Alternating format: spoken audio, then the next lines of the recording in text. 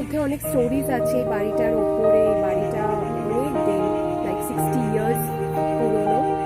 এবারে let's just give a glimpse of the whole area. দেখুন,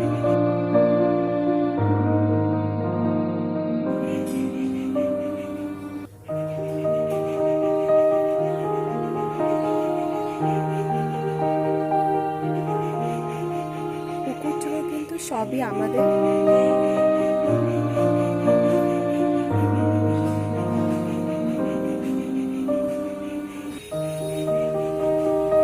এটা হচ্ছে পেছনের একটা এরিয়া, যেটা কিনা আমাদের বাড়িরই সঙ্গে। এবং এইটা হচ্ছে একটা পেছনে আমাদের বাগানের মতো, কিন্তু আসলে এটা আগে একটা বাগান ছিল, কিন্তু এখন এখানে একটা বাড়ি করা হয়েছে, ঘর করা হয়েছে রাদা।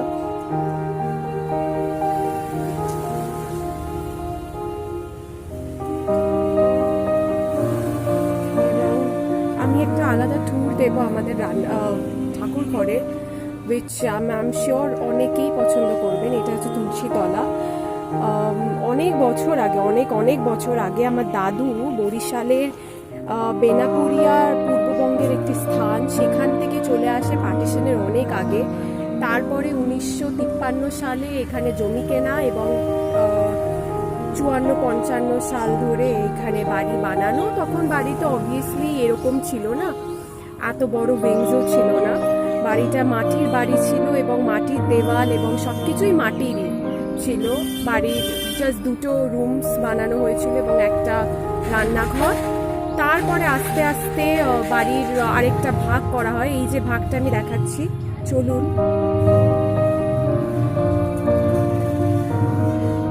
এই ভাগটা প্রথম করা হয়, তারপরে এই ভাগটা করা হয়। মানে this is a new wing,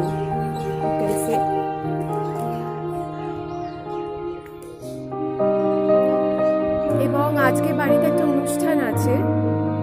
আমি একটা সেপারেট ব্লগ করব বাড়ির ভেতরের ট্যুর দিয়ে। এবং অ্যাজ সেড আমাদের 51 পরিবার, জ্যাঠা জেঠি পিসি সবাই মিলে, দাদা দিদি সবাই মিলে আমরা একসঙ্গে থাকি।